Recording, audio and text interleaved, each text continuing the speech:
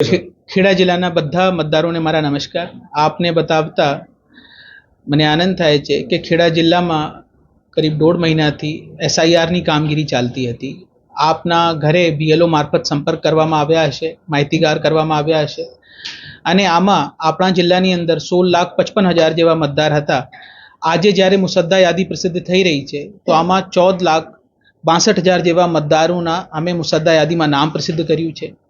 1,92,000 જેવા એવા મતદારો છે જે અબસેન્ટ, શિફ્ટેડ અથવા ડેથના કારણથી મતદાર યાદીમાં એ સમાવિષ્ટ થઈ શકતા નથી અને આપણા જિલ્લાની અંદર 82,000 એવા મતદાર છે જેની મેપિંગ થઈ શકેલ નથી. એની બધી વિગત અમે પોલિટિકલ પાર્ટી જોડે શેર કરી છે અને દરેક મતદાર વોટર હેલ્પલાઇન મારફત અને ઇલેક્શન કમિશનની વેબસાઇટ ઉપર અને કલેક્ટરની વેબસાઇટ ઉપર એમનું નામ જોઈ શકે છે કે કયા વ્યક્તિનો સમાવેશ એસડી યાદીમાં છે. પછી ફોર્મ નંબર 6 અને ફોર્મ નંબર 8 ભરીને એ મતદાર યાદીમાં એમનું નામ આવી શકે છે. આપણા જિલ્લામાં બીએલઓ મારફત અને વહીવટીતંત્ર પોલિટિકલ પાર્ટીની ખૂબ મહેનતથી અમે આ યાદી તૈયાર કરી છે અને આ યાદીમાં જો કોઈ ચૂક હોય તો વ્યક્તિ હક દાવા સંબંધી વાંધો રજૂ કરી શકી છે. આ વાંધો રજૂ કરનાર જે સમયગાળો છે હું આપને જણાવી દઉં. 19/12/2025 થી 18/1/2026 સુધી એ વ્યક્તિ એમનો વાંધો રજૂ કરી શકે છે અને આ વાંધા રજૂ કર્યા પછી એની સુનાવણી હાથ ધરવામાં આવશે.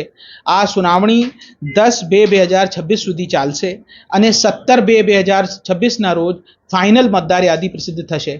આજે જે મતદારનું નામ મતદાર યાદીમાં નથી તો એમને નિરાશ થવાની જરૂર નથી. એ એમના નામ એએસડીની યાદીમાં શોધી શકે છે.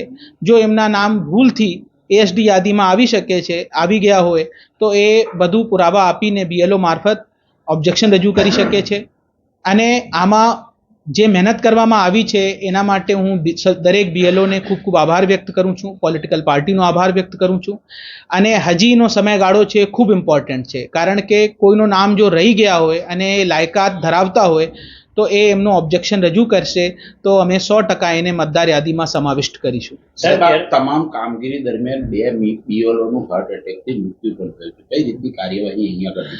આ એક ખૂબ દુઃખદ અવસાન એ અમારા કર્મચારીઓના થયા હતા. એમને પ્રત્યે વહીવટીતંત્ર અને ચૂંટણી સાથે જે સ્ટાફ છે એની સંપૂર્ણ લાગણી છે. એમના પરિવાર જોડે અમે સંપર્ક કર્યા હતા. એમની જે વિગત છે ઇલેક્શન કમિશનમાં અમે મોકલી આપી છે. કામગીરી ચાલુ કરવામાં આવી હતી અને સર્વ કામગીરી કેટલા દિવસ પહેલા પતી? આ કામગીરી ખેડા જિલ્લામાં કરીબ 1 અઠવાડિયા પહેલે પૂર્ણ થઈ ગઈ હતી અને 14 તારીખ સુધી 14/12/2025 સુધી અમે ઈએફ કલેક્ટ કરવાની અમે સમયમર્યાદા હતી. અમે સમયમર્યાદાથી પહેલે આ કામગીરી પૂર્ણ કરી દીધી.